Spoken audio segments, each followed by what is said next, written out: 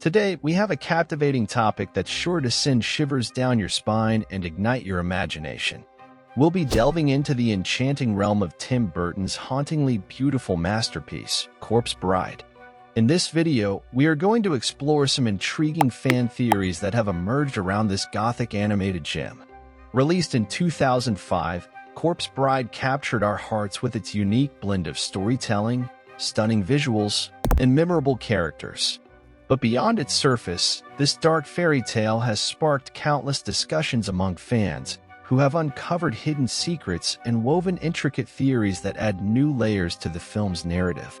In today's video, we'll be examining some of the most thought-provoking fan theories surrounding Corpse Bride.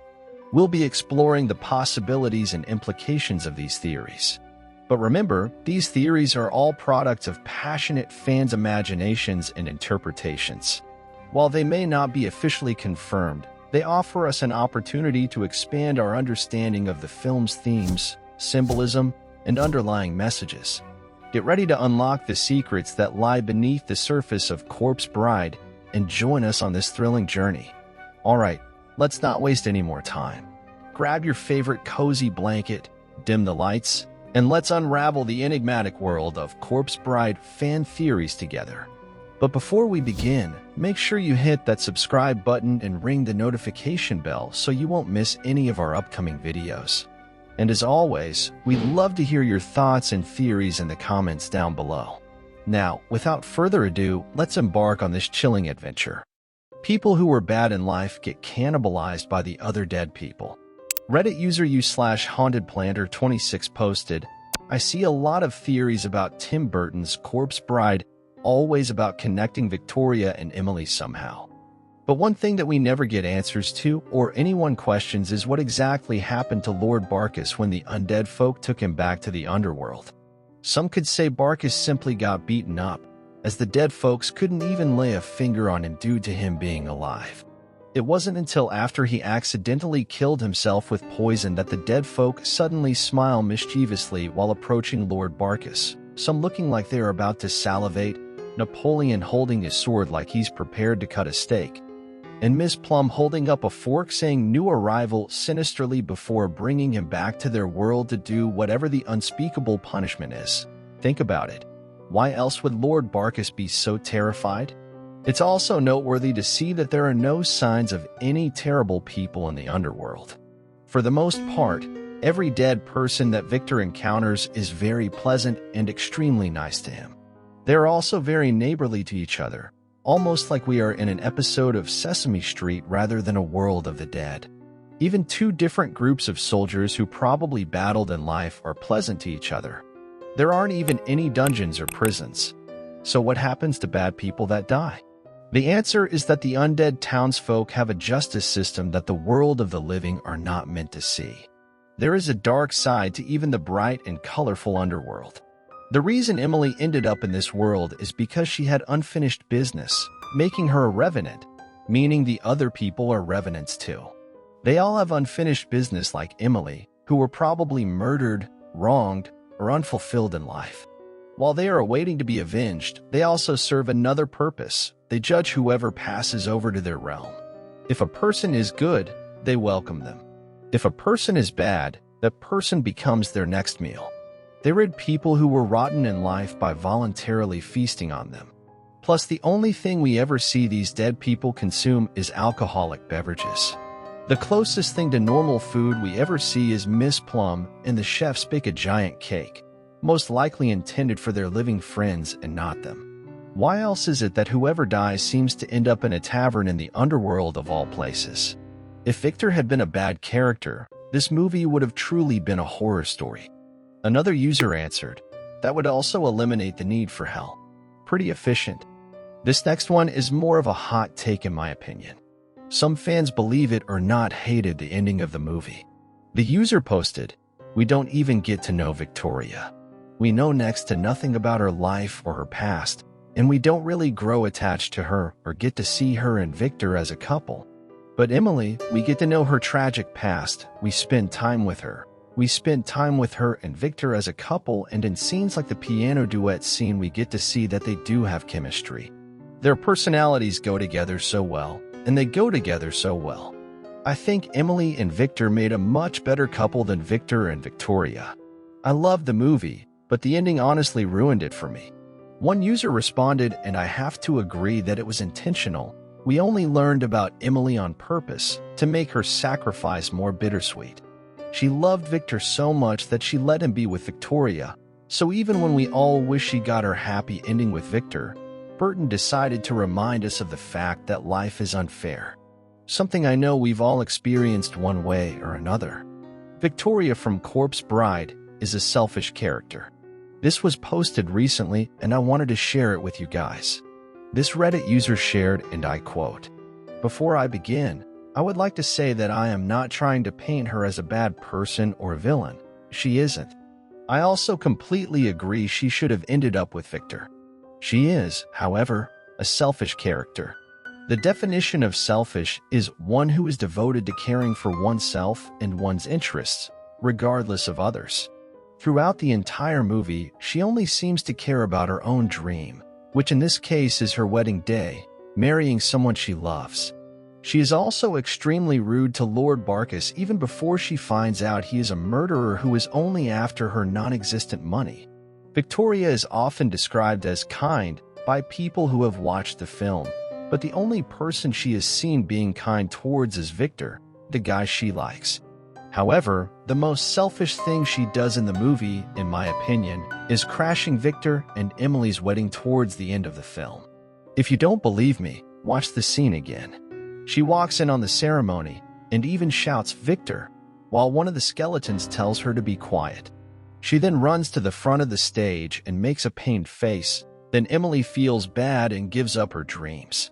Imagine walking in on a wedding you're not even invited to, and then running up to the front of the stage.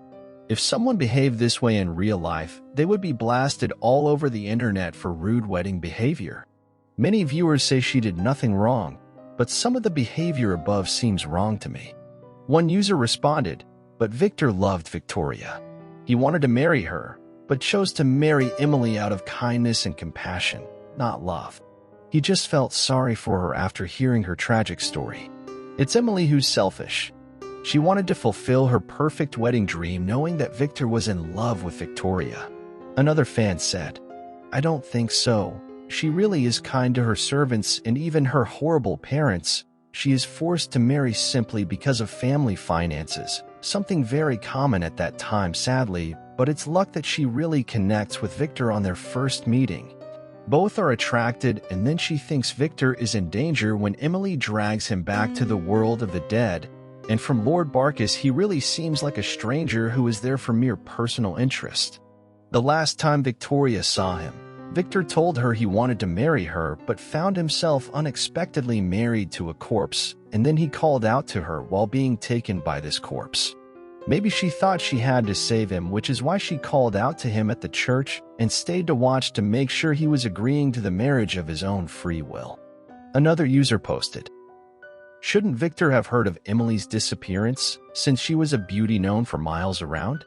I want to keep thinking she was murdered, for example, 50 years ago, but that's obviously not the case because Lord Barkis isn't an old man.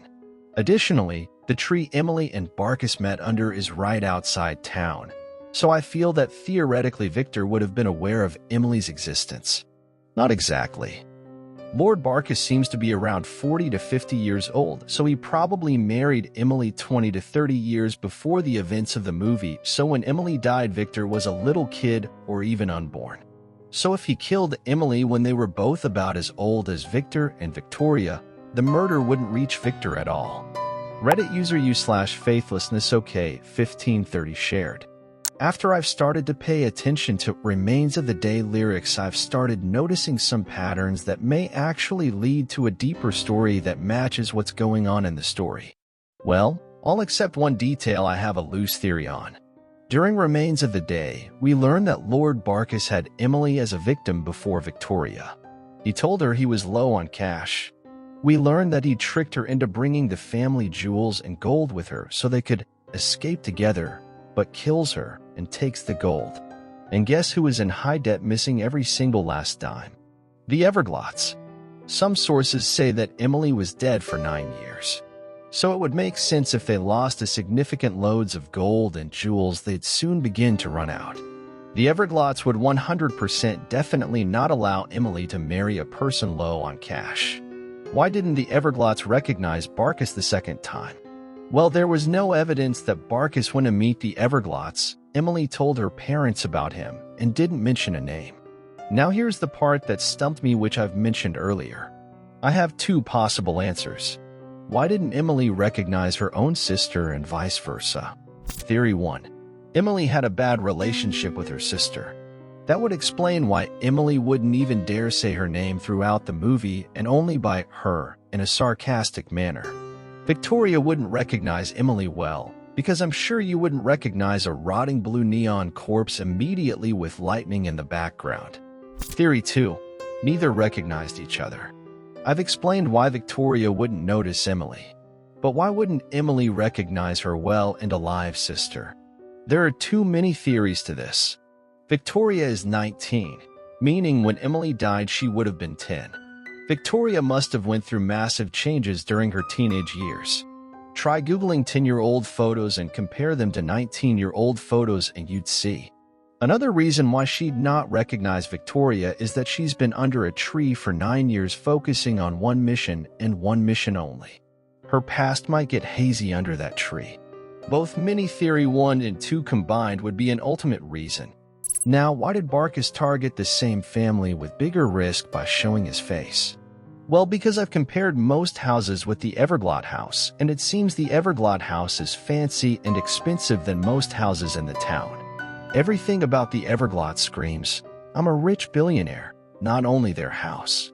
Barkis would have learned from his past mistakes and would tell the family he's rich and on their level for them to mindlessly accept his marriage.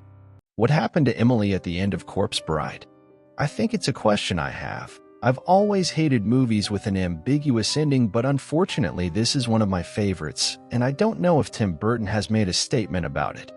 I never felt the ending was ambiguous. She gets revenge on her murderer and allows the living couple to get married and have a happy ending. Emily is now free to move on. I guess it's up to interpretation if turning into butterflies is a symbol of going to heaven, or other religious explanations such as nirvana, for example, or if she literally lives on as butterflies or just ceases to exist. Either way, it means pretty much the same thing. She has let go and moved on. I don't know if Tim Burton has made any statements on it, though.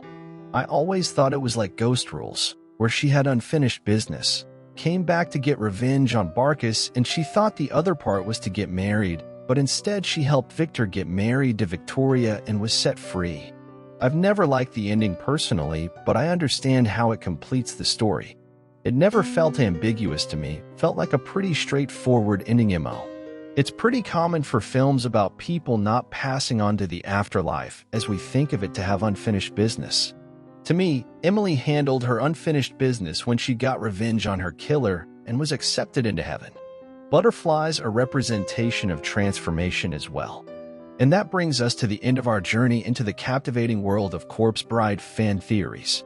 It's truly remarkable how fan theories can breathe new life into a beloved movie, sparking discussions and expanding our appreciation for its artistry. If you're hungry for more, I encourage you to continue exploring the vast expanse of Corpse Bride fan theories that exist online and check out some other videos on this channel that have a similar theme. Who knows what other fascinating insights and interpretations you might discover. And if you haven't already, make sure to give this video a thumbs up if you found it intriguing and share it with your fellow Corpse Bride fans, as always.